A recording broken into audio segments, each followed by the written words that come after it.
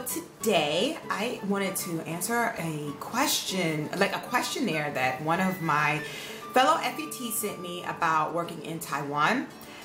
I think it will give people a better idea of what to expect when they come here to teach English.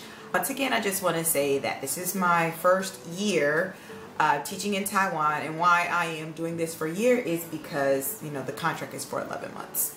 Go figure.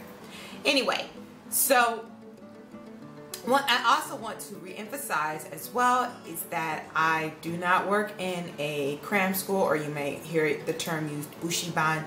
I do not work for them. I work in the school system. I work for the government. So if anything is different, it could be because my school environment is a little bit different. Also, of course, because every school is different. Every school handles their foreign English department teacher process differently as well. So don't take everything I say as law, and please realize that, of course, that this is my opinion. So, and I will be looking down to read the questions or whatever. Okay, so the first question is the work day. And they want to know, like, what will my work day be like, an average day in Taiwan if I'm teaching in the schools. So the first thing I want to say is that usually with the contracts, they do state that you have to come in at 7:30 and your workday ends at 4:30. So when you come in at 7:30, many of the times nothing is going on. From 7:30 to 8 o'clock, many times students are already studying, or they are doing their first round of cleaning the school. At that time, usually you're not expected to do anything. You're just kind of setting up, maybe finishing your breakfast. But at 8 o'clock, this is where your day most likely will probably start. So for me, initially at one of my schools, Tuesdays would be the meeting day. So at 8 o'clock, there would be a meeting. And at first I was going to the meetings, but then they changed the schedule and the meetings got moved to a different day. So now I am no longer in the meetings. With that same school though, they moved the school assembly. So every week they meet twice a week for like a school assembly. And then on Fridays for me, I do English day, and it's not really a day, it's just English assembly, where I teach a new word or a new phrase for the students, and that's it. That's usually, the assembly can be anywhere from 10 minutes to 40 minutes. Usually by 8:40 though, that's when the school day will, and at my other school is English club, and English club is simply whatever I want to do with them that has to be related to English. Usually by 8:40 though, that's when everybody starts, you start having your classes. So usually the workload is, I forgot, 20 to 25, 20 to 24 or something like that. I forgot, and I may need to put a disclaimer at the bottom once I go back and look at my contract. But you teach your classes. They're about 40 minutes a piece if you teach in the elementary school. I believe it is slightly different for the middle school and the high school. So for the elementary school, it's usually 40 minutes. Everybody's lunchtime, 12 o'clock. 12 o'clock, there is no A lunch, B lunch, C lunch, D lunch. Or at least at my elementary school, and it seems like for other elementary schools it's the same way. There is no separate lunch. Everybody eats at the same time. And then usually it's kind of like a quiet time between 12:30 and 1, or the students could be studying or they could be taking a nap. So it all depends on what your school enforces. Another question is teacher expectations. What is different about the teacher expectations in Taiwan versus in America? Well, the biggest thing is that they want you to speak English. You need to understand, they want you to speak English as much as possible. Of course, you know, try to keep it simple, especially if you have the elementary students. Also, I know people that are fluent in Chinese, and it does tend to, even if you can speak Chinese, they really discourage it. Like, they really discourage it a lot of times. They really want you to speak to your native tongue. So every now, I am not fluent in Chinese at all, but every now and again I will use keywords and phrases to get my students to understand either what I'm teaching or a set of commands that I'm giving them, or to get their attention. Lesson plans. This can vary. Some schools want to see your lesson plans on a certain day of the week, or every month, or all at the end of the year. You never know, or some schools don't care at all. In my county that I teach in, I have to hand in lesson plans once a week. Your lesson plan is as complicated or as simple as you make it, unless your school gives you a format. Do I make the test? Okay, this one can be a hit or miss, okay? You can either share making the test, which I do with one of my schools, and last year I actually did with both of my schools. We shared the test making responsibilities. So maybe I made 2 of the grades, the other person made 2 of the grades, and then maybe we switched grades at the second one. Or I made all of them one time and then they made the other one. Usually schools will have 2 midterms and a final. One of my schools just does a midterm and a final, and I like that much better. So you can switch off. Other times your school might expect you to do it all by yourself. That's not my school. Or your school may not require you to make the midterms or tests at all. You may not get a lot of feedback from the Taiwanese English teachers about what happens on the test if you're not there to participate that day. So one of my schools, I'm never there the day they have midterms. So I have to go back and ask, like, well, how did everybody do? Just so I can get an answer, because, you know, I'm curious. What are some of the key differences between Taiwanese schools and American schools? Well, let's start off with the first thing that I love is that the students get 10-minute breaks. Between every single class period, and one class period gets a 20-minute break. Many times the students will go outside and run around and scream and get all their energy out. I think it's kind of awesome. And that's, like, to me, the best thing that I love about that. But the other thing about it is it's very test driven. And I know Brad's gonna say, but that's the way it is in America, basically. Well, here, if you really can't particularly test it, it's not really considered as important. So there is not much emphasis placed on developing critical thinking skills from what I've seen. And I could be speaking in ignorance, or it's because I'm in elementary school, and we all know that sometimes, you know, with elementary school students, they have to develop that skill a little more. But so far, it's kind of teacher-centered. And I know that's kind of become very taboo in the States to have something that's so teacher-centered. And then also sometimes, unfortunately, there is only one right way to teach certain things. You know, we may have, I know one of my favorite things to do when I was teaching in the States for my brief time was I used to love to do little stations, you know, for the students to eventually rotate to that cater to their different skill sets, different knowledge strengths. And here, it's not necessarily the same way. I don't really set up stations because the students themselves, if you were to give this to them, they'd be like, what is this? What's going on? So they're not even used to that and that type of teaching. And many times when the foreign English teachers come, we introduce that concept. School resources. What do I get? That's a very difficult question because, once again, different schools, different things. You will at least get a room. Now, whether it is your own room or you're going to different classrooms or it's just a room that you utilize, that will all depend on your school. One school, I have literally my own room where I have a resting place where I can put certain things and leave it there and it'll be there the next time. In my other classroom, I really don't have a place to call home, so I can't set up a desk area and put pencils or whatever, but we do meet in one definite classroom. Usually you get a room. Usually there's a projector and a projector screen and a computer somewhere attached to that projector screen. That's all you get. Like, that's all I can guarantee you when it comes to technology. In the more rural schools, there might be one smart board, but you're not using it, or they may not even have the technology to have the smart board functioning.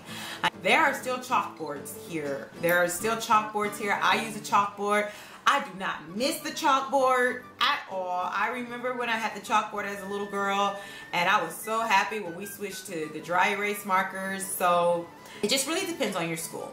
And if there's something that you need, right, you always want to make sure you ask and see if they can go ahead and buy it for you. Some people may have had a foreign English teacher beforehand, so you might want to see, like, what did that teacher use last year? Were there any supplies? Anything that I have to ask for. What are the most significant cultural differences I will encounter as an American? So number one, here in Taiwan, the attitude towards foreigners is pretty favorable. However, you must understand that people will definitely be shocked to see you in some ways, especially in the rural areas. Now, if you start moving away from the city areas and you're a foreigner, you will get this.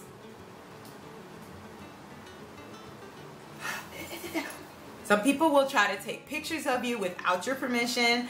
And if you can see my face, I don't like that. Personally, for me, I get it about double worse. Would it be doubly worse? I get it doubly worse. So even if I'm in Taipei, you know, but for those who are of darker hued, usually black people, sometimes I get the same almost the same equivalent of stares as if I'm in a rural area, or the stare would be that much longer, like, okay, and they'll keep going. I've had one person almost get hit by a car trying to stare at me. Space orientation, you must understand that you know, in America we have this invisible, like maybe 4 feet of space or 3 feet of space that we expect from people, unless we know them and then they can come closer to us. In Taiwan, it's not like that. You can be in a line, right? And this person will literally be right here on you. And you could try to move up and they will move up too. Like they won't understand that because that's what they do to each other. I remember some of your independence is taken away, but that's almost sometimes to be expected, being that English is not the, you know, it's not even the second language really spoken sometimes in Taiwan. So there are many times you don't know who speaks English and who doesn't. So many times your co-teachers or your administrators, or if you make friends in town, they're the ones that sometimes have to take care of certain things for you, because you can't do it. You can't do it. Something as simple as maybe originally going to get minutes on your phone. Until you learn that process, you have to have help to get that done. I will say this, the more you learn how to survive in Taiwan, once again, especially if you're in the rural areas, you'll get better at it, and in some ways you will gain your independence back. Definitely if you work hard to try to get at least conversational or basic sentence grammar wise fluent with Chinese, then you will see a lot of your independence given back to you. What else? Share and share alike with food. So even though you will notice that many Taiwanese tend to be smaller, especially if you're coming from America, they tend to be smaller than a lot of, they like to eat. And many times if you bring a sizable portion of something and you walk into a room, generally you want to offer it to people. You will notice that, you know, you go to a restaurant, people do tend to pour your drinks for you, or you pour drinks for them. So if you're pouring your drink, you go ahead and pour the other person. If you notice their cup is low too, you fill up their cup as well. Driving is crazy. It's all, the rumors are true. Maybe not on the level of South Korea, but it is bad. People will, you know, decidedly run red lights. It could be a lot of traffic. It could not be a lot of traffic. I know I've ran a few red lights since I've been in Taiwan. This is one thing that you really need to understand being in Taiwan as well. And I actually saw an ignorant comment one time, and I'm not even going to address it, like on another person's channel. You will have people, if you try to speak to them in English, especially if you don't know any Chinese, and maybe you're just using basic English, maybe you're also doing gestures, and you're thinking that the message that you're making is very clear. You will have some people literally go, no, no, no, no, no, and they will walk away from you. Or you could be asking somebody for help, and you could be speaking slower, or trying to put some Chinese together, and they're like, no, no, no, no, no, no, no, and they'll walk away. Never get offended. It's because if the Taiwanese perceive that their English is not good, they don't want to speak it. There is this thing called saving face or face that exists in Taiwan, and they do not want to lose their face. Even though they don't know you, even though the possibility of them running into you again is like 0.1%, they don't want to lose their face. They don't want to be embarrassed. They don't want you to judge them. So many times they won't try. They will just go away. So sometimes when that happens, if I see them starting to shut down, I will start speaking the little bit of Chinese that I do know, and I do mean little. And they loosen up a little bit. They will loosen up a little bit. And if there's a concept that they're trying to explain to me in Chinese that I don't understand, then all of a sudden they will start speaking. It will be broken English, but they will use keywords to let me know what they're trying to communicate to me. This happens about 50-60% of the time if they are trying to shut down on me and I start speaking, you know, a little bit of Chinese to start the question, the basic question. and they will tell me some things, but the other part, if I don't catch it or something like that, they will maybe try to speak a little bit of broken English, or they'll go run and try to find a young person and make them help me. Or like I said, they will then get the hint and start gesturing. I don't know why that is. I really don't understand why. I really don't understand that. I think it's like really cute and funny. Like, it's not until I start trying to speak broken Chinese that they'll start trying to speak broken English. I think that's so hilarious. What are some things that you, another question for adjusting in Taiwan, what are some things that I will find that you fit in more while you're in Taiwan? It's actually not an easy one. Well, kind of, sort of. One thing is Taiwanese love getting a good bargain on something, and they love trying to pay as cheap as possible. I think Americans are like this as well. When on TV shows, you will find that several people do, of course, watch American TV shows that are not played on channels in Taiwan. And then the last thing is, this will only apply to people who were either a transportation rat, or they went to a major university where you had to take a campus bus to get to one side. I was both. And one of the things that if you take these types of things, these types of transportation, it is a free-for-all. So if you're used to it, you know what you have to do to get on that train, especially if you want to get on time, which means you have to be super aggressive and move it. And you have to position your body right. And if you see somebody try to overtake you, you have to keep going and not worry about it. So if you are one of those people, you will fit right in here. And I think one time another foreigner tried to say something to me about that, but I was like, no, I'm used to this. Or they were shocked that I was so good at taking the transportation here. And I was just like, it's the same as at home. Like, Marta, you want to get a seat, or you want to at least make sure you're on the train. You can't sit up there and be like, oh no, after you, after you. No, not at 3:30 in the afternoon or 4 o'clock in the afternoon. You can't do that. Or at 7:30, 7 o'clock in the morning. Nobody has time for that. We need to get to work. We need to get to school. So we need to like make a beeline. It's kind of like, you know, all or nothing type thing. So if you were in that type of situation in America, you will fit right in here and you catch it just the same way. You will have people bump into you and not say excuse me. That is the one thing where it's different. Yeah. But those are the questions. Those are the answers. Once again, my opinions. Definitely, if you teach in Taiwan, you want to add something to it, go ahead. But those are the questions. And now I will bid you adieu for right now, and have a great week. And when I filmed this video, it was Mother's Day in Taiwan. It's Mother's Day for me right now. So happy Mother's Day to all the mothers that might watch this video, or make your child watch this video because you feel like your child needs to expand their horizons. Happy Mother's Day. Bye.